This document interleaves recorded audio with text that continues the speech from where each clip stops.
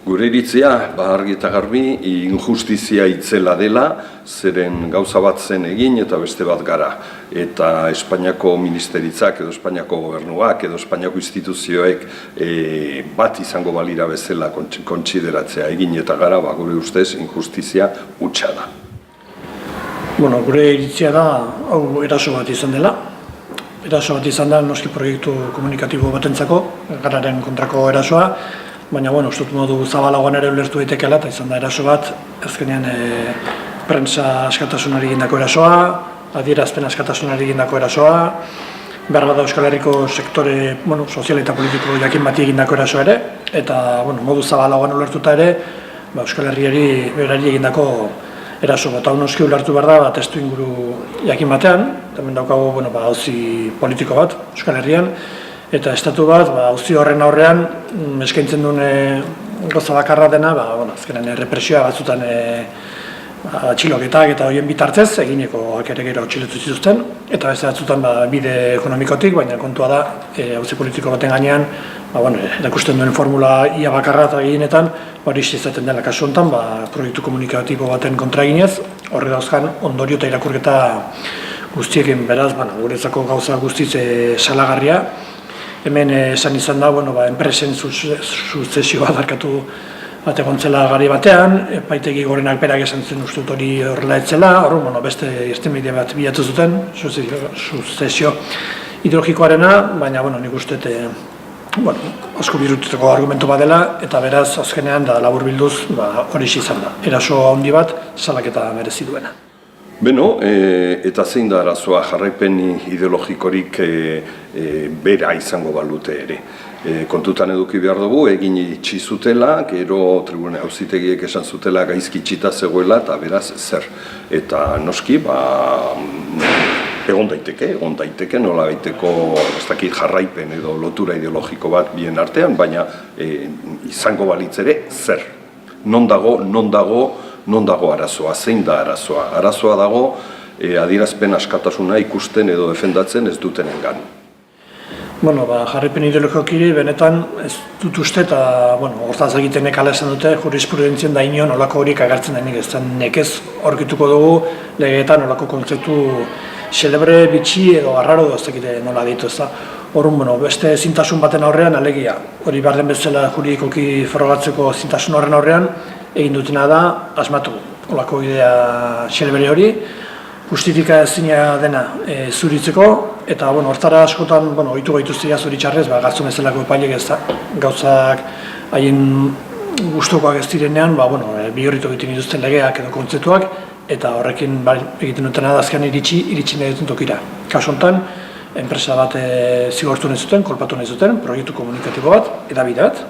egunkaria, eta horretarako bilatu zuten, behar izan zuten argudioa. Argudioa esan bezala funtsari gabekoa da, nekez argudiatu daiteke bi proiektu horien artean suzesio edo jarraipen ideologiko hori dagoenik, baina hortaz baliatu ziren, eta honek azkenean erakusten diguna da, Estatu Espainoleko demokraziaren kalitatea zein den eta justizia sistemaren kalitatea zein den, ezta? Onartzeko moduko baldin bada, olako gozat, alegia esatea jarraipen ideologikoa da hola, eta horren ondorioz, proiektu berri bati irentxarazi diotela aurrekoak zukan zorrura, hori hola baldin bada eta hori gertatu baditeke, horrek erakusten dugu osongi, hemen ze demokrazia klaseak gagun egun haietan, da eginen itxiera gertatu zenean, hori itzen naiz, Aznarrek berak esan zuen ez da, ze uste zuten, zinela ausartuko, osongi erakutsiz, erabakian hondik etorri zen ez botere judizialetik, baizik eta botere politikotik, eta azkenan denan hasita dagoela, eta panorama horretan, egia ezetoko, honek ekartzen duena da, azkenean gure ikustu egitik entzat, behar bada beste arrazoi bat esateko, Euskal Herri honek independentzia behar duela, beste norabaita joan behar duela, ez da, bizigaren tokian bizituta eta sistema honekin, ez dagoela hemen askatasunean bizitzerik. Zenbat urte dela gertatu zen hori. Gaizki, eginek noski momentu hartan euskal politikaren atal baten ideologia defendatzen zuen, ni ez nengoen hor, baina adierazpen askatasunaren alde bai, orain nagoen bezalaxe, eta beraz, gaizki bizi izan nuen, azken finean egin naiz eta gero bere bilakabidean aldatu egin bazen ere, hasieran askoren artean lortu genuen, aurrera atera genuen proiektu bat izan zelako, eta beraz, gaizki, ez zitzaidan bat ere gustatu, politikoki salagarriaz izan zen prozedura guzti hura. Bueno, ni eginen irakurlean nintzen eta eroslea ere bai, eta beraz, beste dozin irakurle bezala ez da, zurea den sentitzen duzun egunkari bat izteak, kolpelatza da hori ez da. Baina guretzako bezala pentsatzen dut, Euskal Herrian demokraziaren da guztiaren zantzu txikiena daukan edozin nintzatere, kolpe handia izan zela ez da. Horren, nik uste hori momentuan gogorra izan zen, sortu zonelako, kezka bakarrik ez, etxipen bat, sarreare bai. Harridura ez dugu esango, lehendik ere ezautzen genuelako Espainiako estatuaren jokatzeko bidea zintzen, eta herrituen beste ez, baina noski asarretuta zinegon hori sortu zuen, baina nik horrekin batera ere esango nuke, etorri zela beste erreakzio handi bat, eta uztaien izan zen itxiera eginena, eta 6 hilabeteren buruan, zegoen beste komunikabide berri bat sortua, gara, hori oso gauza zaila da, segurako alegina eskatzen duelako, eta herri honek erakutsi zuen, olako eraso baten aurrean, izan zuela gaitasuna, beste zerbait sortzeko, eta oraindik ere usutu 20 urte pasa direla, hor dagoena ez da horren, gazi gozo alde hortatik ez da, oso gazia. Prensa eskatasunak, eskatasunak izan zuten erasoatik, baina aldi beren gozoa, erakutsi zelako gaitasun handi bat, berriz beste urratxet emateko eta beste proiektu bat sortzeko. Zoritxarrez, Espainiako alderdi sozialistak berriz ere bere aurpegirik txarrena erakutsi digu. Orain dela gutxi, Uxue Barkos lehendakariarekin, Pedro Sánchez Espainiako presidenteak adostu edo egin zuen trafiko eskumena transferitu egingo zuela orain urtarrila bukatu da, eta oraindikan ez du Pedro Sánchez Espainiako eta PSOEko